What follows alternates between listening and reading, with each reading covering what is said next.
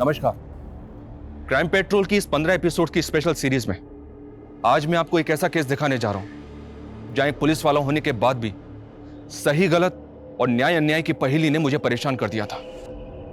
यह एक ऐसा केस था मानो मैं अंधेरे में एक अधूरी कहानी के सिरे तलाश रहा हूं।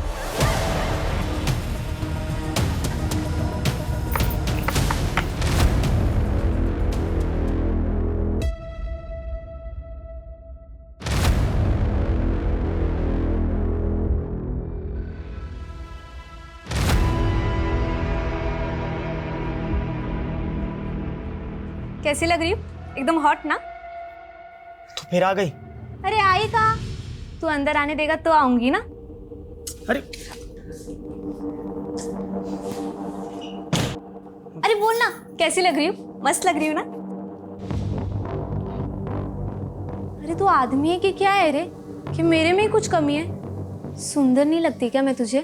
देख, मैं ना तेरे से बहुत प्यार करती है, तेरे लिए कुछ भी कर सकती है। मधु समझना यार, मैं तेरे लायक नहीं हूँ। मैं तुझे खुश नहीं कर सकता। क्यों नहीं कर पाएगा? नहीं बता सकता यार मैं। क्यों नहीं बता सकता? अब जब तक बताएगा नहीं मैं यहाँ पर ही बैठेगी, हिलेगी नहीं यहाँ से।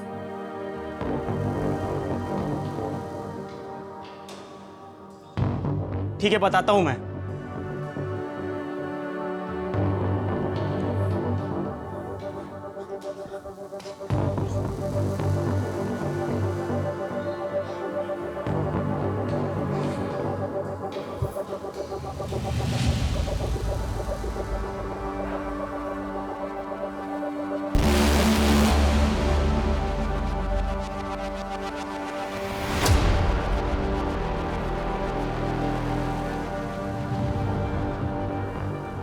देख लिया मधु, तुम एक आदमी से प्यार करती हो, वो मैं नहीं हूं।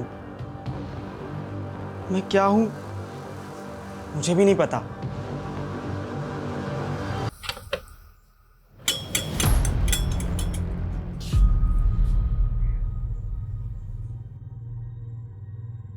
आप यहीं आसपास रहती हो? जी।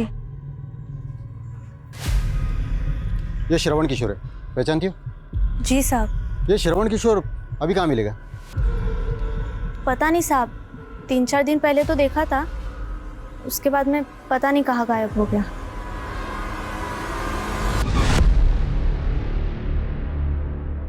मधु, अगर तूने सचमुच मुझसे प्यार किया है तो प्लीज मेरी जो असलियत मैंने तुझे बताई ना, वो किसी को मत बताना।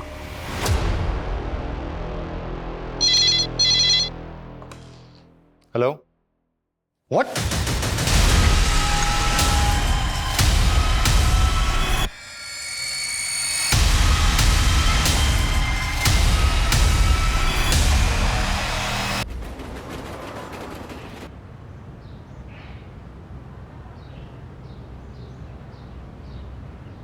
यार जतिन यार, तू बिलीव नहीं करेगा, कल रात को ऐसे पैसेंजर मिले थे ना, साले जहर थे एक नंबर के यार। यार एक तो दारू पी के भंड थे, ऊपर से ऐसे बिहेव कर रहे थे जैसे कि महाराजाओं कहीं के। अरे 2 साल से कैब चला रहे हैं, अब तो आदत सी हो गई है। वैसा पानी देना। यहाँ मैं क्या बोलता हूँ कि जन्मदिन वाले दिन अपना मूड खराब मत कर, ये रख। Happy birthday. तुझे कैसे? तेरे आई कार्ड पे देखा था, ज्यादा कुछ महंगा तो है नहीं, एक छोटा सा ही गिफ्ट है। वैसे कहाँ की बुकिंग है तेरी? अरे बैंड्रा की रे। अरे वाह, आजा। ए रुक रे, रुक, शानी इधर आ, इधर आ। ये क्या रहा है? इधर आ। पर क्या हुआ? तुला सांगितलं अरे क्या हो गया? मार क्यों रहे हो भाई साहब? अरे तुला सांगितलं होतं ना? हा? अरे आमचा एरिया आहे ऑटोवाल्यांचा काय? अरे दादा मार क्यों रहे हो? दादा बात तो कर सकते हैं ना। तरी येतो हम अपनी मर्जी से थोड़ी आते, बुकिंग आती है तो लेनी पड़ती है, अब हमारी मजबूरी है। ये वासाड़ी है, मजबूरी काटी ना तुझे। साला ये लोग इधर आकर अपना धंधा खराब करते हैं और ऊपर से हमको बताते हैं। अरे दादा, आप लोगों का धंधा हम लोग खराब नहीं करते हैं, आपका ये रवैया खराब करता है। सवारी मिलती है तो आप लोग जाते नहीं हो, तो मजबूरी में आकर लोग हमारी कैब बुक करते हैं, इसमें हमारी क्या गलती है? अरे क्या हो गया दादा? ज्ञान पेल रहा है, हा माझ्या बापाचा एरिया आहे। मैं इधर धंधा करे या ना करे, तुम दोनों इधर नहीं दिखना चाहिए। चल निकल। अरे निकल। क्या हो गया? मत मारो ना। अरे चारों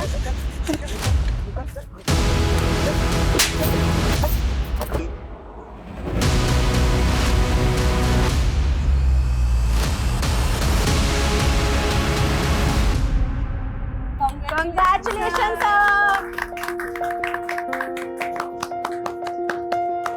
सीरियसली सर, आपने हिस्ट्री क्रिएट की है। ना सिर्फ ये इतनी कम एज में ही अवार्ड पाकर, बल्कि वुमेन एम्पावरमेंट क्या है और उसे कैसे सपोर्ट करना है इसे प्रूव करके। Seriously sir. एग्जैक्टली सर, हमारी मिटका फार्मेसी पहली ऐसी कंपनी है जहाँ की सारी एमआरस फीमेल्स हैं। Guys please clap for sir. Thank you, thanks everyone. पहले तो मैं ये कहूंगा कि इट्स जस्ट अ बिगिनिंग। अभी हमें बहुत कुछ अचीव करना है। So let's get back to work. Okay sir, thank you sir. Thank you. Priya, मैं आज थोड़ा लेट हो जाऊंगा। हाँ, तुम डिनर कर लेना। एक्चुअली मेरी एक डॉक्टर के साथ मीटिंग है, तो मैं डिनर उसी के साथ ही करूंगा। हाँ तो बता क्या रहे, ये तो रोज का है तुम्हारा। तुम अवार्ड्स ले रहे हो और मैं तुम्हारे ऑर्डर्स। शिवम आ गया कॉलेज से? मुझे पता है तुम मुझे इग्नोर कर रहे हो। अब इस टाइम पे तो आ ही गया होगा ना वो कॉलेज से। वो ठीक है। इस घर में मेरे अलावा ना सब ठीक है। तुम ऑफिस से ऑर्डर दे रहे हो और वो कॉलेज से आकर। जब से आया है तब से एक ही बात की रट लगाए बैठा है। हाँ तो दे दो थोड़ा सा, उसका ध्यान रखो। अगर नहीं। Avinash, are you serious? तुमने हालत देखी है उसकी, कितनी खराब होती जा रही है। प्रिया प्लीज, उसे दे दो थोड़ा सा। देखो, मैं उसके लिए वही कर रहा हूँ जो उसके लिए सही है। बाकी तुम मुझ पे छोड़ दो, मैं सब हैंडल कर लूंगा। और मैंने उसके लिए ऑलरेडी स्टफ अरेंज कर लिया है। ठीक है, तुम्हें जो करना है करो। ओके।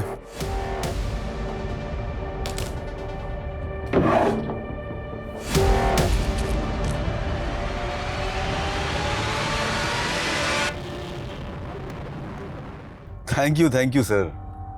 आपको भी। हाँ, मैंने सारी डिटेल्स मेल कर दी हैं। सर बहुत खुश लग रहे हैं आप। लगता है मीटिंग बहुत अच्छी हुई आपकी। हाँ, एक डील फाइनल करने दिल्ली जा रहा हूँ। बहुत बड़ी डील है। वो साहब, मेरे को 3 दिन का छुट्टी चाहिए था। अरे भाई, क्यों चाहिए 3 दिन की छुट्टी? वो साहब, मेरे बाबा का श्राद्ध है, मेरे को गांव जाना है। अच्छा, फिर तो ले लो छुट्टी। लेकिन हाँ, टाइम से वापस आ जाना।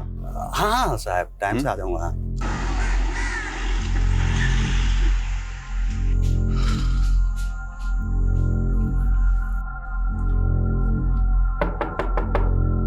शिवम,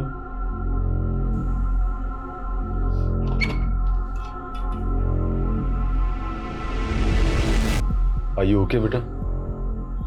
या डैड, आई एम फाइन। मैं अंदर आ जाऊं? श्योर।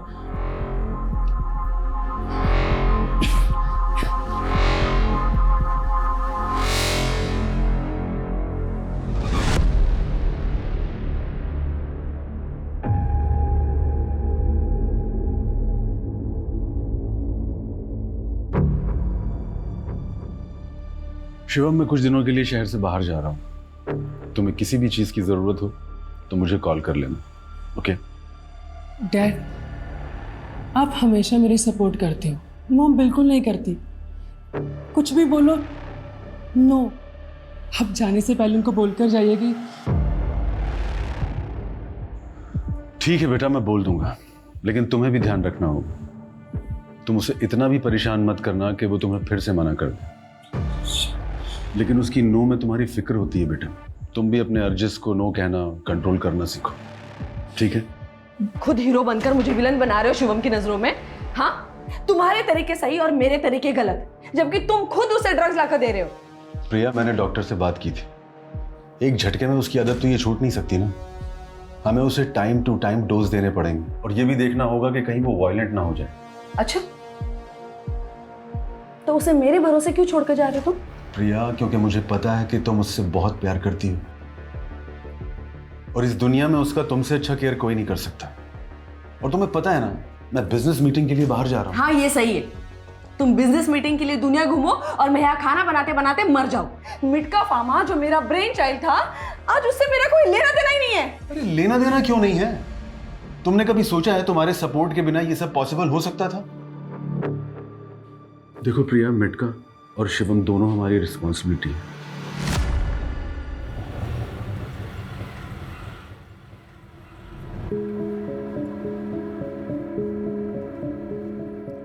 क्या बात है भाई, इतना ध्यान से क्यों देख रहे हो? सर एक्चुअली आपको देख के किसी की याद आ गई।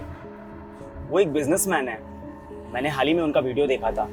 उसमें दिखाया था कि उन्होंने अपने कॉलेज में अपने दोस्तों से उधार लिया और 8 बिजनेस खोले और सब फेल हो गए। फिर अपनी वाइफ का आइडिया लेके उनसे पैसे लिए और बिजनेस खोला तो वो सक्सेसफुल हो गया, दवाइयों का बिजनेस। सर मैं उनकी दवाइयाँ खाता हूँ, बहुत अच्छी है और बहुत सस्ती भी है, तो थोड़ा आपकी शक्ल उनसे मिलती है इसीलिए। शक्ल इसलिए मिल रही है क्योंकि मैं वही हूँ। और तुमने सही कहा, वाइफ का आइडिया और इन्वेस्टमेंट दोनों से ही बिजनेस सक्सेसफुल हुआ है।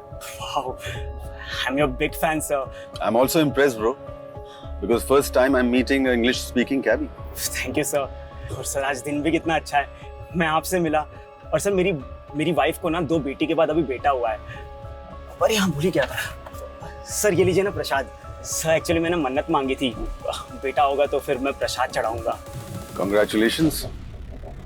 बट मुझे बड़ा अजीब लग रहा है, तुम इतने एजुकेटेड होकर भी इन सब चीजों में फंसे हुए। गलती मेरी नहीं है सर, इस दुनिया की है। इंसान चांद तक पहुंच गया लेकिन अभी भी विमेन की रिस्पेक्ट नहीं करता है।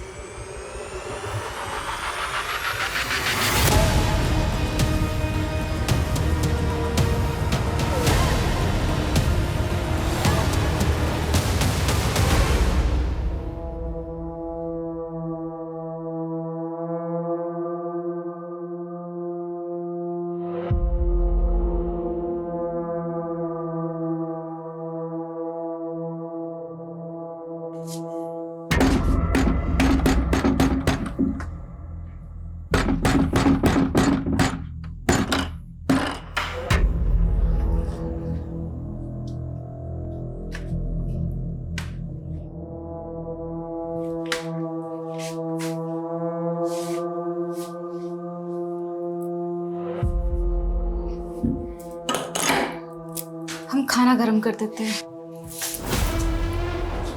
खाना खा के आए हम, अभी हमको कुछ और चाहिए। चल कपड़े उतार। सुनिए, मत करिए ना प्लीज, प्लीज मत करिए। 6ठा महीना चल रहा है, डॉक्टर ने भी मना किया था। आप तो जानते हो बच्चे को नुकसान होगा ना। भाड़ में गई तू, तेरा ये बच्चा और तेरी डॉक्टर, हाँ समझी? हमारी बेटी के आसपास भी दिखे ना तुम तो हम चीर के रख देंगे सबको। हाथ लगा के तो दिखा, लगा के तो दिखा।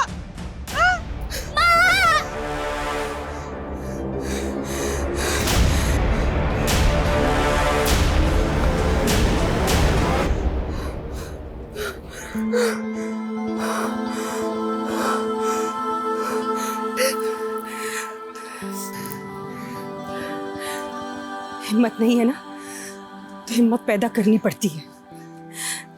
ये दुनिया है ना, औरत को कमजोर समझती है, इसलिए ये रूप दिखाना पड़ता है। माँ, आप हमारी किसी को भी मार दोगे? देख बेटा, इतना समझ ले, हमारे होते हुए तुम दोनों को कोई कुछ नहीं कर सकता, चाहे इसके लिए हमें कुछ भी करना पड़े।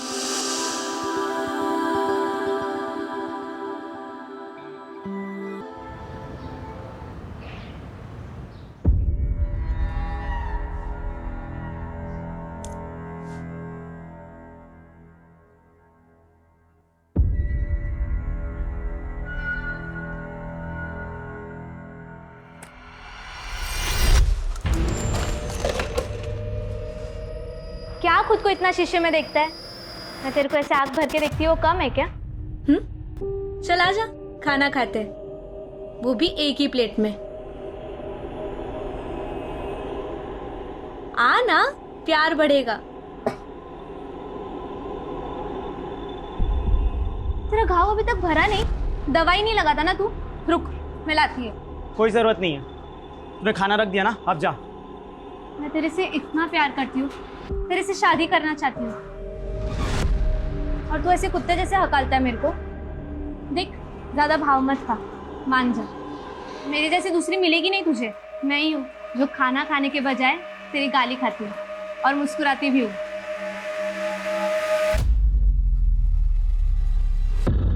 The number you are trying to call is currently not reachable. The number you are trying to call is currently not reachable.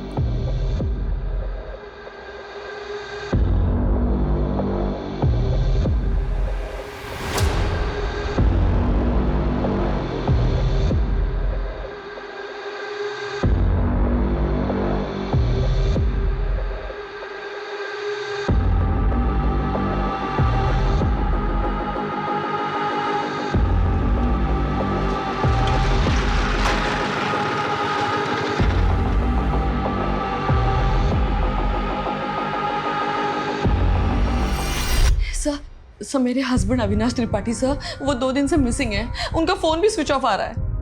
2 दिन से मिसिंग है मतलब? सर दिल्ली में उनकी मीटिंग थी जिसके लिए 2 दिन पहले ही वो घर से बाहर निकले थे। फ्लाइट थी उनकी दिल्ली की, लेकिन मैंने जब एयरलाइन में फोन किया तो पता चला कि उन्होंने फ्लाइट बोर्ड ही नहीं की। सर आपको पता था कि आपके पति 2 दिन से मिसिंग है और आप आ जा रहे हैं पुलिस स्टेशन? हाँ सर, वो अक्सर बिजनेस ट्रिप के लिए जाते रहते हैं सर। वैसे भी हमारी फ्रीक्वेंटली इतनी बात नहीं होती है और मुझे लगा कि वो बिजी होंगे इसलिए मैंने इतना नहीं सोचा, लेकिन कल और आज दोनों दिन मेरी उनसे बात ही नहीं हो पाई। उनका फोन स्विच ऑफ आ रहा है। आपने अभी बताया कि आपकी फ्रीक्वेंटली बात नहीं होती थी, तो ये भी तो हो सकता है कि वो अपनी मर्जी से कहीं गए हो, किसी ऐसी जगह जहां वो आपको बताकर नहीं जा सकते। ऐसा नहीं है सर, वो मुझे बताते हैं सर, और मेरे सामने ही उन्होंने एयरपोर्ट के लिए कैब बुक की थी। मेरे सामने ही वो घर से बाहर निकले थे सर। ओके रिलैक्स, हम कुछ करते हैं। सर अविनाश सर ने जाने माने कार्डियोलॉजिस्ट डॉक्टर चोपड़ा के साथ में एक डील क्रैक की थी और इसी सिलसिले में उन्होंने उन्हें दिल्ली भी बुलाया था। तो फिर अविनाश ने फ्लाइट ली क्यों नहीं? उससे भी ज्यादा इंपॉर्टेंट कुछ और चल रहा था क्या? सर इस डील से बढ़कर सर के लिए कुछ इम्पोर्टेंट नहीं हो सकता। सर 2 साल से इस डील के लिए मेहनत कर रहे हैं। सर मुझे तो लगता है सर किसी मुसीबत में है। मिटका फार्मेसी ने बहुत जल्दी ग्रो किया है, तो पॉसिबल है कोई डिस्प्यूट या राइवलरीज? सर इस इंडस्ट्री में कट थ्रोट कंपटीशन तो चलता ही रहता है और कोविड के बाद तो और भी बढ़ गया है। पर सर उनकी किसी से दुश्मनी हो ऐसा हमें कभी भी अंदाज़ा नहीं हुआ और सर ने भी कभी ऐसा कुछ हमें बताया नहीं।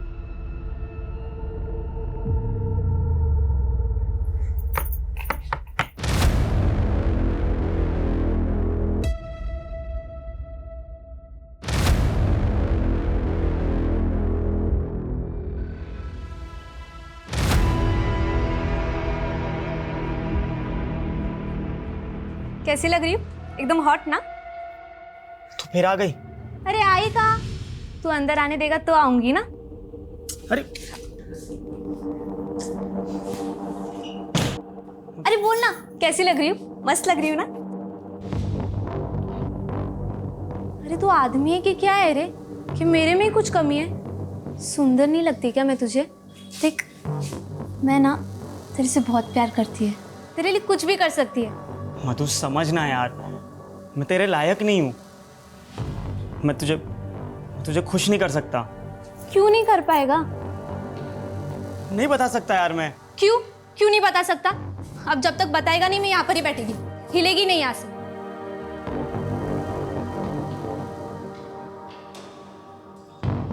ठीक है बताता हूँ मैं।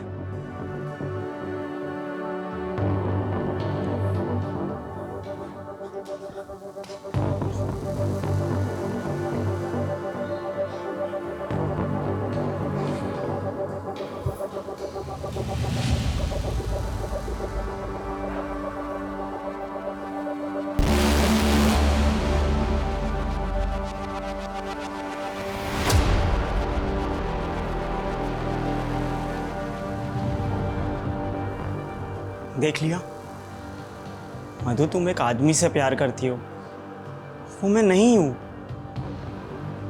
मैं क्या हूं मुझे भी नहीं पता।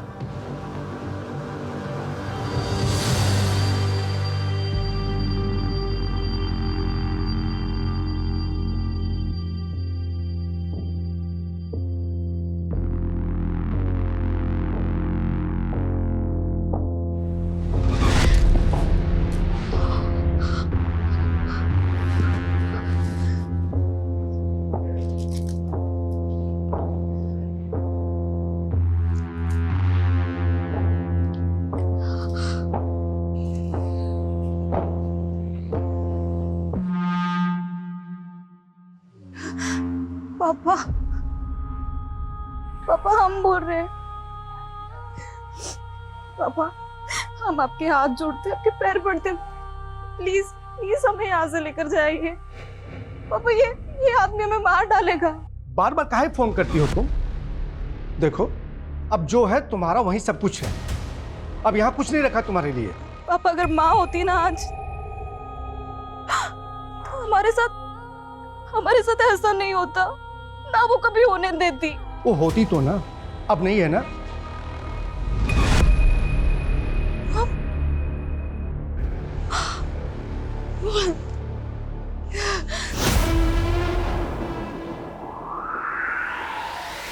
सर कैब कंपनी की इंफॉर्मेशन के अकॉर्डिंग ड्राइवर का नाम श्रवण किशोर है। वो 26 साल का है, इंदौर का रहने वाला है। सर कंपनी ने बताया कि उस दिन उसने पैसेंजर लेने के फौरन बाद ड्राइव को कैंसिल कर दिया था। तब से वो जॉब पे नहीं आया और उसका फोन भी नहीं लग रहा। सर हमने भी ट्राई किया था, फोन नॉट रीचेबल बता रहा है। श्रवण ने पैसेंजर बिठाने के बाद ड्राइव कैंसिल क्यों किया? और डिसेंट से देखने वाले अविनाश का एक कैब ड्राइवर से क्या लेने देना हो सकता है?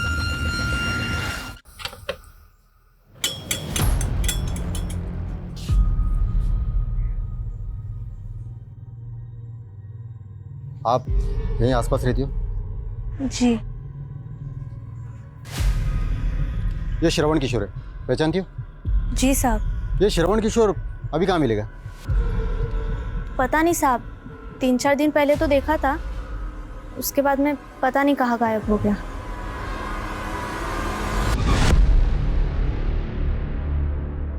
मधु, अगर तूने सचमुच मुझसे प्यार किया है तो प्लीज मेरी जो असलियत मैंने तुझे बताई ना, वो किसी को मत बताना।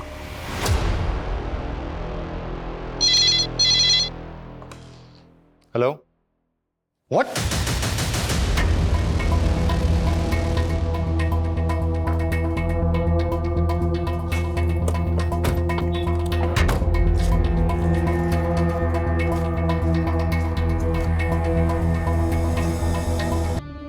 जिसने भी मर्डर किया बहुत नफरत करता होगा शायद इस आदमी से। बॉडी के 5 टुकड़े, हाथ पैर और धड़ मिल गया, लेकिन सर गायब है। सर एक मिनट। हेलो, क्या? ठीक है, ध्यान रखो, हम पहुंचते हैं। सर बॉडी का सर भी बरामद हो गया।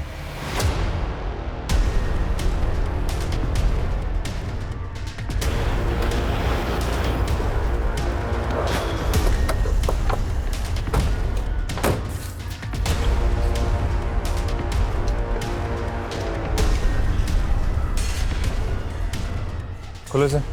अविनाश के केस में सबसे अलग और अजीब बात है कि कैब ड्राइवर श्रवण का पैसेंजर लेकर ड्राइव कैंसिल कर और उसके बाद उसका और उसके फोन दोनों का लापता हो जाना।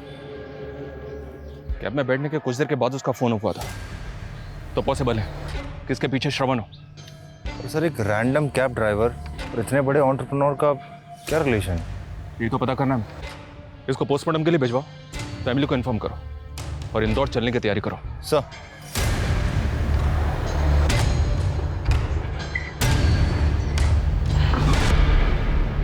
ये नहीं हो सकता।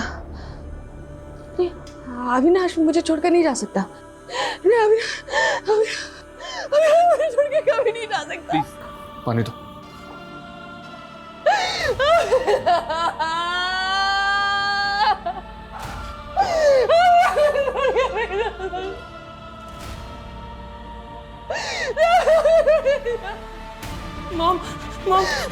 Mom, I need some money, please मुझे दे दीजिए। Mom please, mom I need, mom please दे दीजिए। Mom I need some money, mom please mom.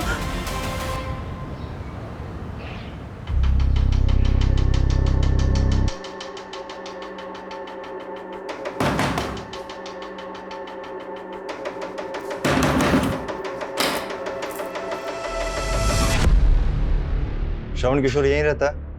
कहाँ है, बुलाओ उसे। वो घर पर नहीं है। कहाँ गया? कब तक आएगा? जी पता नहीं है, वो कभी बताकर नहीं जाते हैं। झूठ बोल रही हो, बताकर नहीं जाते? ए, कौन है? क्या बात करी इससे? हाँ भाई, कौन है तू? श्रवण किशोर तू ही है? हाँ मैं ही हूँ, तेरा बाप श्रवण किशोर। बोलने से चलेगा कि लिख के दूँ? हाँ साहब माफ कर दो साहब, हम कुछ नहीं किए साहब। आप ही बताओ ना साहब, ऐसे में हम कैसे पहचानते कि ये कौन है? हमको लगा कि मेरी बीवी का कोई। बिल्कुल चुप। अब अगर तू ही श्रवण किशोर है ना तो बता, मैं मुंबई से इंदौर कब आया तू? तेरा फोन क्यों बंद है? और वो गाड़ी कहाँ है जो कैब कंपनी के लिए चलाता है तू? मुंबई गाड़ी कैब कंपनी? क्या बात कर रहे हो साहब? हम जिंदगी में मुंबई नहीं गए हैं साहब, ना ही हमको गाड़ी चलाने आता है। यहाँ तक कि 2 साल से तो हम इंदौर से बाहर तक नहीं गए हैं सर। पर तेरे आईडी पे पिछले 2 साल से एक आदमी मुंबई में कैब चला रहा है। कैसे? हमको कैसे पता साहब, कैसे? इसको जानता है तू? नहीं साहब। सर जेल में इसका अच्छा खासा आना जाना है। एंग्री यंग मैन बन के घूमता है। लड़ाई झगड़ा मारपीट रोज का काम है सर। नहीं सर। खूंखार है तू? हाँ? पर तुझसे भी खूंखार वो है। बॉडी के 6 टुकड़े किए उसने। मर्डर में प्राइम सस्पेक्ट है जिसमें तुझे उठाया। अविनाश के गायब होने से लेकर अभी तक फरार है वो। अब अगर तूने सच नहीं बोला ना तो मुंबई तो छोड़, ब्रह्मांड की सैर करवा दूंगा तुझे। साहब कसम खा के कह रहे सर, हमको नहीं पता साहब वो कौन है। हमको कोई फंसा रहा है साहब, हमको कोई फंसा रहा है। हम इतने सालों से इंदौर से बाहर तक नहीं गए साहब। मतलब तू सैर करके ही मानेगा? कदम सर करवाओ इसको सैर। Yes sir. कोई फंसा रहा है?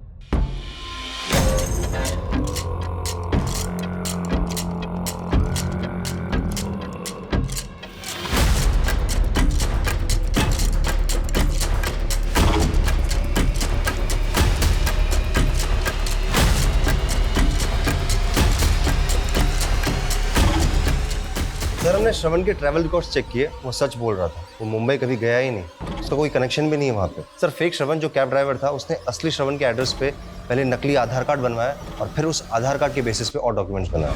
मतलब ये नकली श्रवण जो भी है इसने बहुत सोच समझ के प्लानिंग की है। लेकिन एक बात अभी तक समझ में नहीं आ रही है, उसने मुंबई में बैठ के इंदौर के श्रवण को क्यों चुना? सर हो सकता कोई इत्तेफाक हो, क्योंकि श्रवण तो इंदौर से बाहर कभी गया ही नहीं। सर मुझे लगता है कि अविनाश के मर्डर के तार मुंबई से जुड़े हुए हैं और हम इस श्रवण के चक्कर में यहाँ पे गुमराह हो रहे हैं। ठीक है, श्रवण को छोड़ दो, हम अविनाश की फैमिली और बिजनेस से शुरू करते हैं। अविनाश के बेटे शिवम के बारे में पता करो, ये लड़का मुझे थोड़ा अजीब लगा है। Okay sir. शिंदे।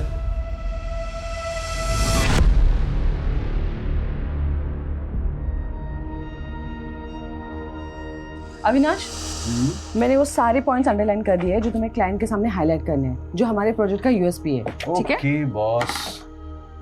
और ये क्या, तुमने फिर से पुरानी शर्ट पहन ली? मैंने ना इस मीटिंग के लिए नई शर्ट। देखो बॉस, इसमें तुम्हारी नहीं चलेगी, क्योंकि ये शर्ट मेरे लिए बहुत लकी है। तुमने अपनी फर्स्ट सैलरी से ये शर्ट गिफ्ट की थी मुझे। जब मैं तुम्हारे पापा से मिलने गया था तब भी मैंने ये शर्ट पहनी थी और उन्होंने पहली बार में ही हाँ कह दी थी। और जब शिवम इस दुनिया में आया था तब भी मैंने ये शर्ट पहनी थी। मुझे तो लग रहा है ये क्लाइंट हमारा पहली बार में ही हाँ करने वाला है।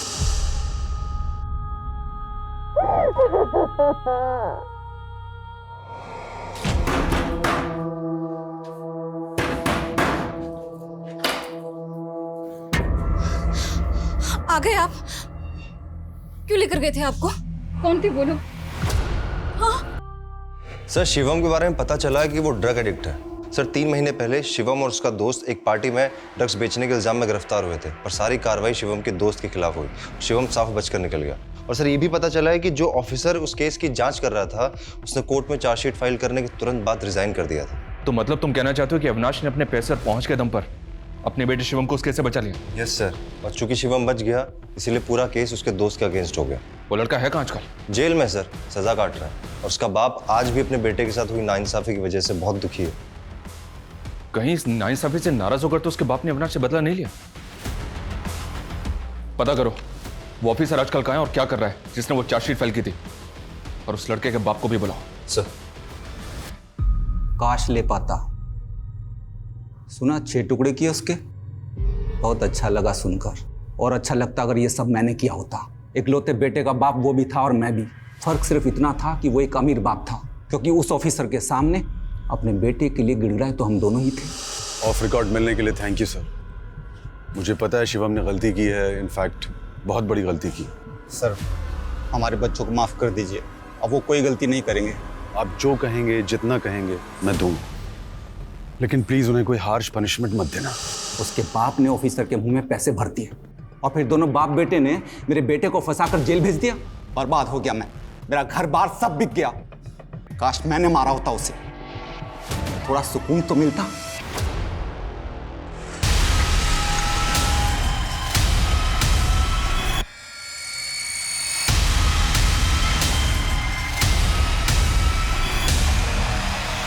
पॉसिबल है कि श्रवण के मर्डर में इसका हाथ हो, पर तब भी यह समझ में नहीं आ रहा कि इंदौर का श्रवण, जो कभी मुंबई आया तक नहीं, उसको फ्रेम करने का क्या मतलब है? और वो कैब ड्राइवर, वो कौन है और कहां है? Hello, what? कैसे? क्या हुआ सर? श्रवण किशोर का मर्डर हो गया। कदम, ये सिर्फ इत्तेफाक नहीं हो सकता कि एक आदमी कैब में बैठता है, कैब ड्राइवर पैसेंजर लेकर बुकिंग कैंसिल करता है और कुछ दिन के बाद उस आदमी का ब्रूटली मर्डर हो जाता है। कैब ड्राइवर मिसिंग है, जिसकी आईडी पे पिछले 2 साल से शरीफों की तरह काम कर रहा था। हम जब उससे इंक्वायरी करते हैं तो उसका भी चाकू मार के मर्डर कर दिया जाता है। हो ना हो, अविनाश उस कैब ड्राइवर और इंदौर के श्रवण के बीच कुछ ना कुछ कनेक्शन तो जरूर है, पर क्या?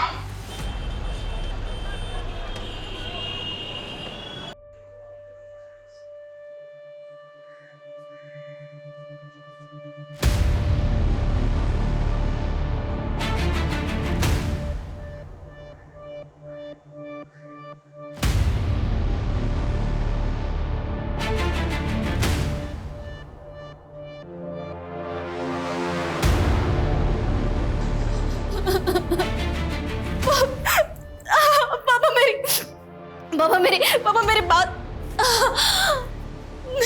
पापा बात को समझने की कोशिश कीजिए ना। पापा, हमें नहीं जाना है वापस इंदौर।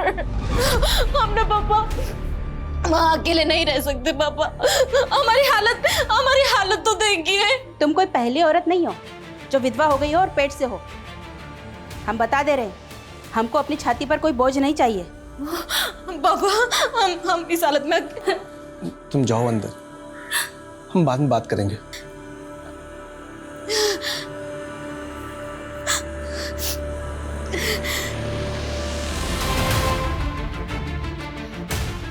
हम मानते हमारा बेटा श्रवण कुशल था, लेकिन इतने सालों में तो कुछ ना हुआ। हमारे के कुछ समझ में नहीं आ रहा कि अचानक श्रवण के साथ ये क्या हुआ। झूठी तसल्ली ना दे, अपनी बेटी से पूछ क्या हुआ। दिलीप यार, तूने अपना बेटा खोया है तो उसने भी अपना पति खोया है। हमारी बेटी तेरी बहू है, उसकी पेट में तेरे खानदान का वारिस है। भाड़ में जाए बहू और भाड़ में जाए वारिस। हम तो ये सोच के पछता रहे कि ऐसी मनुष्य लड़की को अपनी बहू बनाया ही क्यों, जो हमारे बेटे को खा गई। श्रवण और अविनाश, ये दोनों कानपुर के रहने वाले हैं? सर सेम शहर और same locality. What? Yes sir.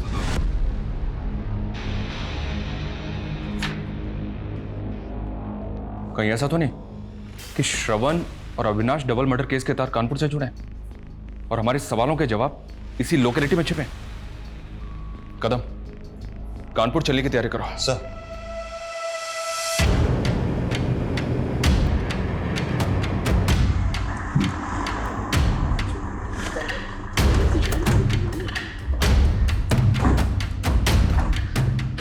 Sir, ये अविनाश का घर है और ये श्रवण का। हमको तो कुछ समझ में नहीं आ रहा साहब, ये सब कैसे हो गया। पहले अविनाश और अब हमारा बेटा। किसी पे शक है आपको? बता सकते हैं कौन कर सकता है इसका? क्या बताएं साहब, कुछ समझ में नहीं आ रहा। अविनाश के पिता केशव और हम दोनों दोस्त थे। दोनों ने एक एक करके अपने इकलौते औलाद को खो दिया साहब।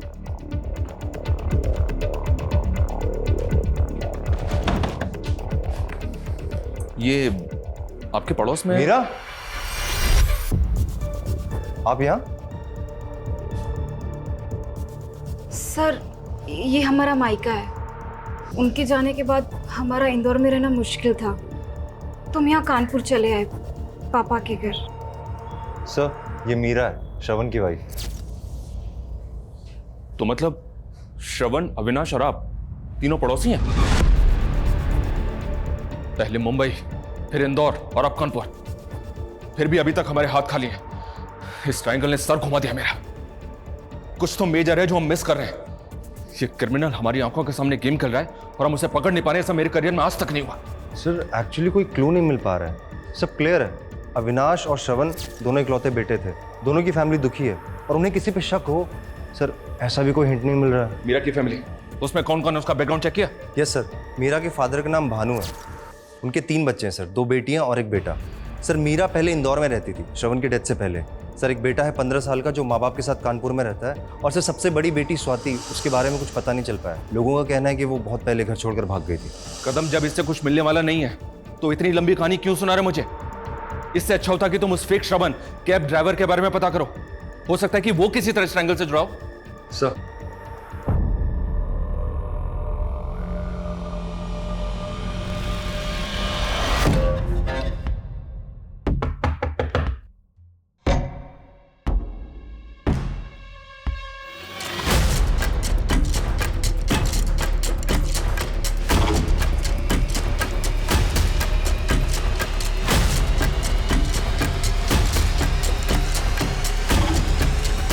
मीरा,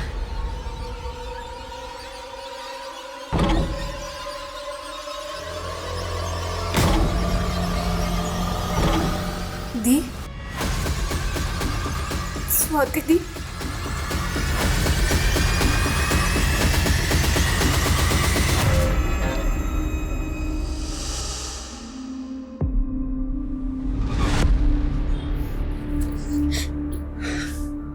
कहाँ थी तुम?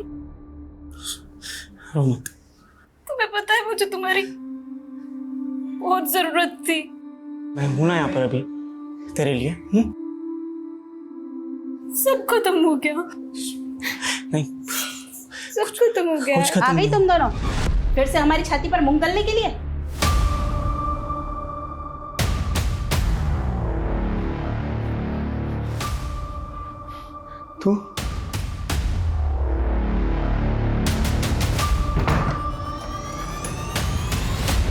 तू क्या चाहती है कि तेरा ये रूप देखकर पूरा समाज हम पर हंसे? आपको बस अपनी और इस समाज की पड़ी रहती है। हम और मीरा क्या चाहते हैं, किस हाल में, कभी सोचा है आपने? मेरी इस रूप का भी कारण ना आप ही हो, आपके वजह से हुआ ही है। खैर, हम यहाँ पर कोई बहस करने नहीं आए, हम अपनी बहन के लिए आए। अच्छा, तो अपनी बहन को लो और निकलो यहाँ से। वो भी करेंगे, निकलेंगे यहाँ से हम।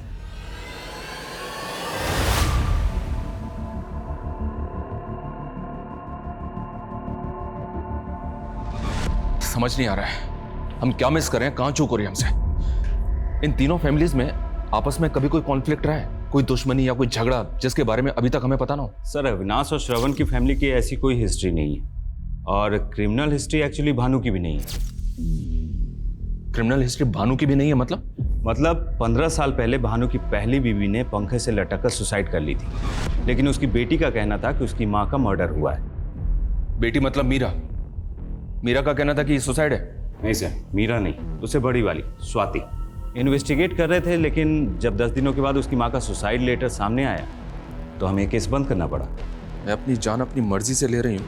मेरी मौत के लिए मेरे अलावा कोई जिम्मेदार नहीं है।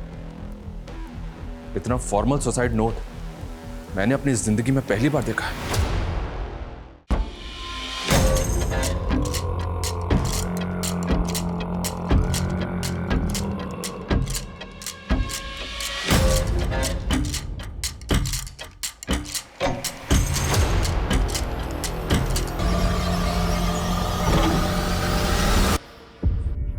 मेरी माँ हम दोनों बहनों की ढाल बना करती थी।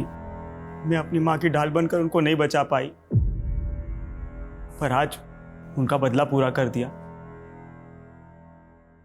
आज वो बहुत खुश होगी।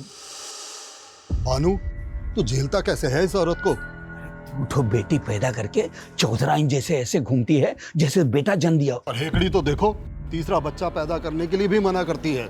अरे भाई, एक लड़का हो जाए, बेचारे को वारिस मिल जाए, कोई बुढ़ापे में हाथ पकड़ के चलने वाला हो, सहारा देने वाला हो। पर उसे पीछा छुड़ाऊं कैसे?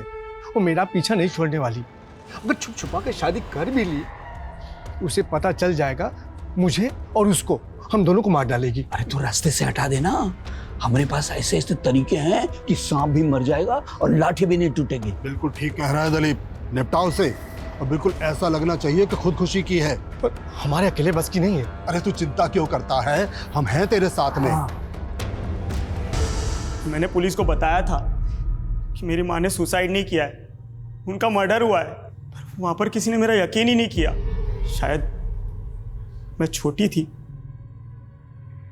या लड़की थी। इसीलिए तुमने इतनी लंबी प्लानिंग की, घर छोड़ा, सोसाइटी में फिट होने के लिए सेक्स चेंज किया, लड़की से लड़का बनी, और बदले की भावना में एक नहीं ऐसे 2 लोगों का मर्डर किया जो इनोसेंट थे, जिनका तुम्हारी माँ के मर्डर से कोई लेना देना नहीं था। कैसे लेना देना नहीं था?